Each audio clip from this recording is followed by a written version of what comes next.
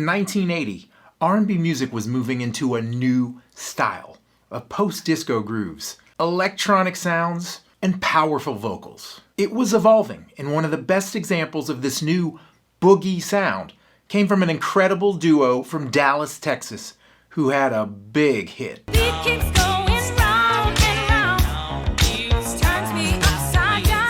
Top 20 US pop, number 7 UK, number 1 US R&B.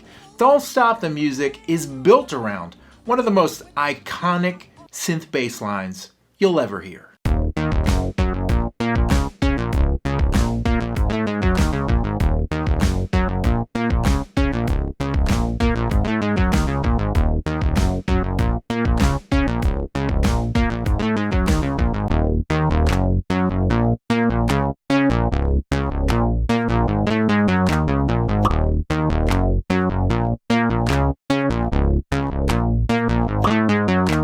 And it's using one of the most common rhythms in all of music, the gallop. It's a 3-note pattern, one long note followed by 2 short notes, like the sound of a horse running. You can pick it out just about everywhere, especially in rock music.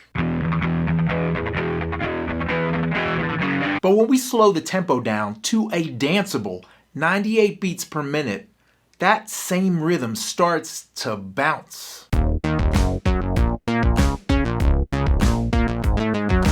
That line just jumps out at us, not just because it sounds so good, but because the vocal hook is also singing the same notes. Don't you stop it, don't you stop, don't stop the music. Here's a little known fact. This song is actually in D minor, not E flat.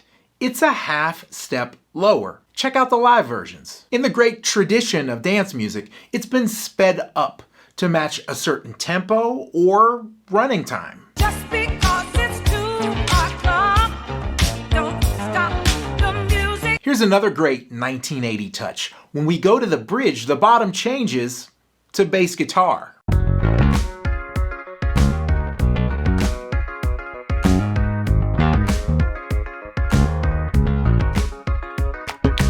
This was a great production technique that Quincy Jones utilized on a lot of his great records from this same time, including Off the Wall and Thriller.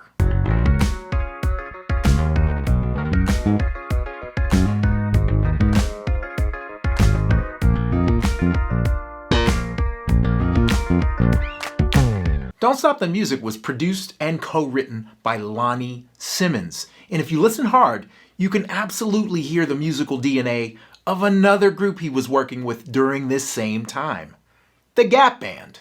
In fact, the artists under his Total Experience record label would often appear on each other's projects, like Charlie Wilson popping up to sing background on this song. Just because it's 2 o'clock, don't mean that we have to stop.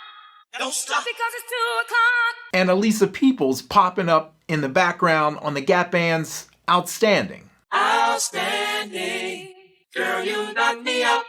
And they also shared musicians. There are several that make credited and uncredited appearances on both Yarbrough and Peoples and Gap Band albums, including keyboardist Louis Cabeza, who helped put together that keyboard bass line. Guitarist Jonah Ellis, who co-wrote the song. And bassist vocalist Victor Wide Track Hill, who played bass in the bridge sections. The legacy of this song has lasted over 45 years and has been kept alive in over 70 samples by people like Eve, Beyonce, and Common.